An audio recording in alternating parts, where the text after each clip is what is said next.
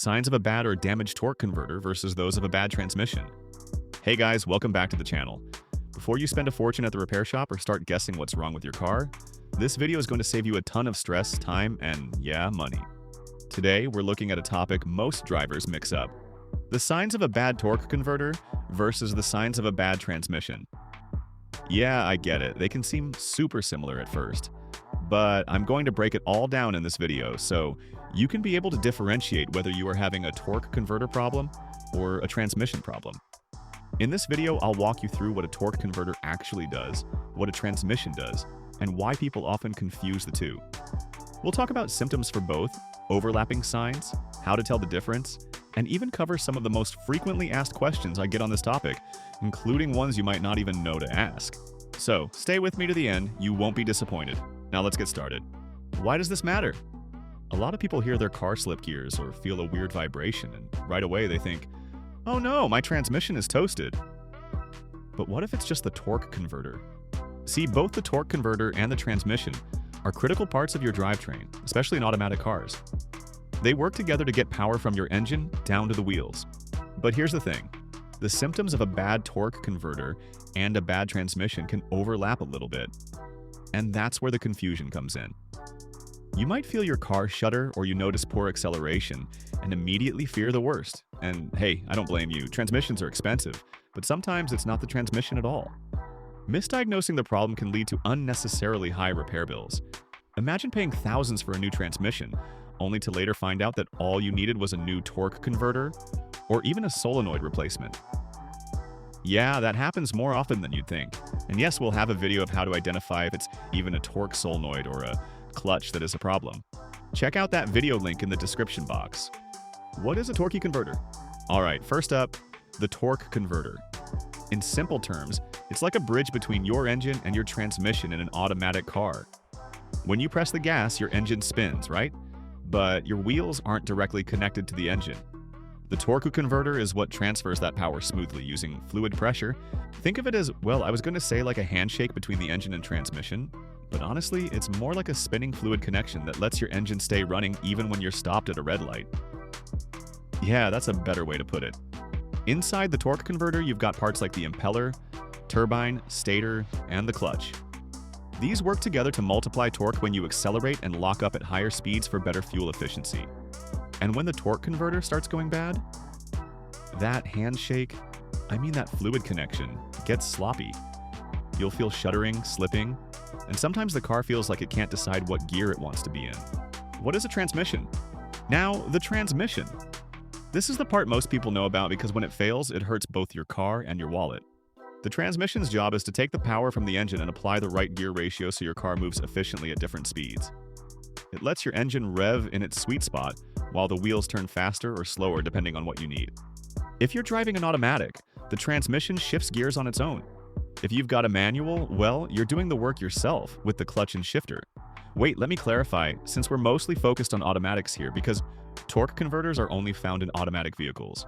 Manual transmissions use a friction clutch instead of a torque converter. The key thing to remember is this. While the torque converter gets the power from the engine to the transmission manages that power and decides how much gets sent to the wheels. Okay, so now that you know what each part does, let's break down the specific signs of a bad torque converter versus the signs of a bad transmission. And most importantly, how to tell the difference so you don't waste money fixing the wrong thing. Plus, stick around for those FAQs I mentioned because some of those answers might surprise you. Common symptoms of a bad torque converter. Alright, let's talk about what happens when your torque converter starts going bad. These symptoms can sneak up on you, and at first they might not seem like a big deal. But trust me, if you catch them early, you can save yourself a lot of trouble. Shuddering or vibrations when accelerating. This is one of the most classic signs. You're cruising along, and as you press the gas, maybe to merge onto the highway or pass someone, the car starts to shake or shudder like it's struggling to keep up. It might feel a bit like driving over a rumble strip on the side of the road, except there's no rumble strip there. That's the torque converter clutch failing to lock up smoothly. Slipping at highway speeds. Picture this. You're driving steadily at, let's say, 60 or 70 miles an hour, and all of a sudden, the RPMs climb without you pressing harder on the gas. That's slipping. The torque converter isn't transferring power properly, so your engine's working harder, but your wheels aren't getting the message. Poor fuel efficiency despite no check engine light. Here's a sneaky one. Your fuel mileage drops, but the car isn't throwing a code. No check engine light, no warnings. You just notice you're filling up more often, and it doesn't add up. That's because the torque converter clutch isn't locking the way it should at cruising speeds, so your engine's burning extra fuel to keep up. Overheating transmission fluid. When the torque converter's struggling, it creates heat, a lot of heat, and that heat gets dumped into the transmission fluid. If you check your fluid and it's hotter than normal or smells a little off, that could be a sign your torque converter's on its way out. Oh, quick note, don't try to check hot fluid right after driving. Let the car cool down a bit. Delayed or harsh engagement when shifting into gear? You shift from park into drive or reverse, and there's either a delay or it clunks into gear hard enough that you feel it in your seat. That's often the torque converter not engaging smoothly with the transmission. Strange noises like whining or clunking at idle or low speeds.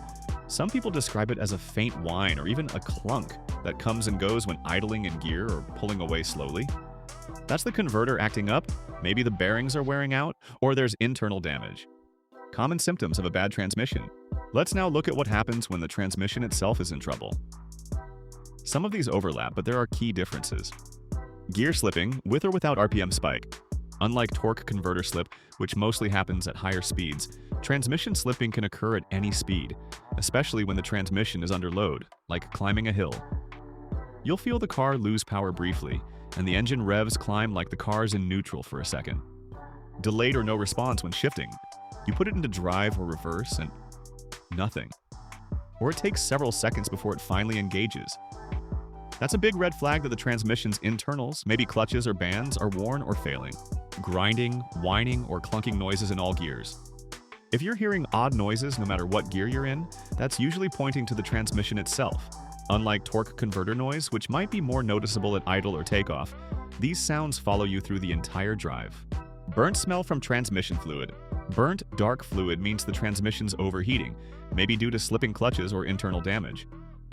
And actually, that smell can sometimes come from torque converter problems too, but with a bad transmission, it's usually worse. Check engine or transmission warning lights. Modern cars will often throw a code if the transmission isn't happy. You might see a check engine light or even a specific transmission warning light, depending on your car. Not always, but often. Complete inability to shift.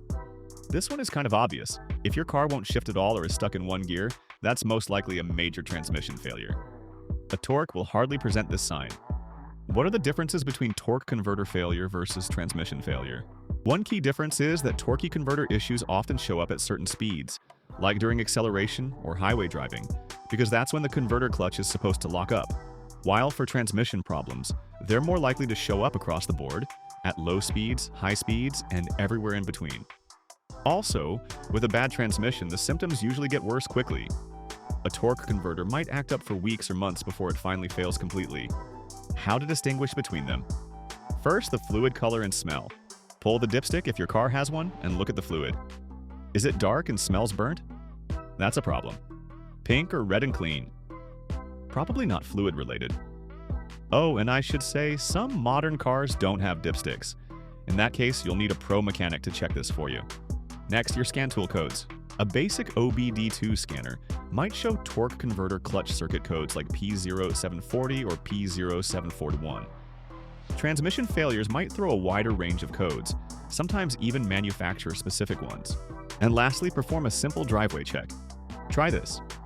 With your foot on the brake, shift into drive. Watch your RPMs at idle. If they're higher than normal or bounce, that could point to torque converter trouble. Same goes for reverse. Cost and repair implications. Replacing a torque converter might cost anywhere from $600 to $1,200 depending on your car. A full transmission replacement? You're often looking at $2,500 to $5,000 or more dollars. And if you misdiagnose the problem? Yeah, that could mean spending thousands more than you needed to. That's why getting the right diagnosis up front, whether through good DIY checks or taking it to a trusted mechanic, is so important. Now, let's look at some of the FAQs on this topic and quickly address them. 1. Can a bad torque converter damage the transmission if left unrepaired? Yes, absolutely. A failing torque converter can create excess heat and debris that circulate through your transmission fluid. That can lead to premature wear on the transmission itself.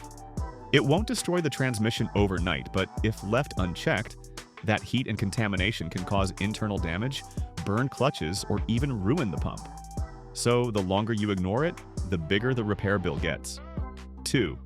How long can I drive with a bad torque converter before it causes serious problems? Honestly, it depends on how bad the converter is. Some people get away with driving for weeks or even months if the symptoms are mild. But here's the thing.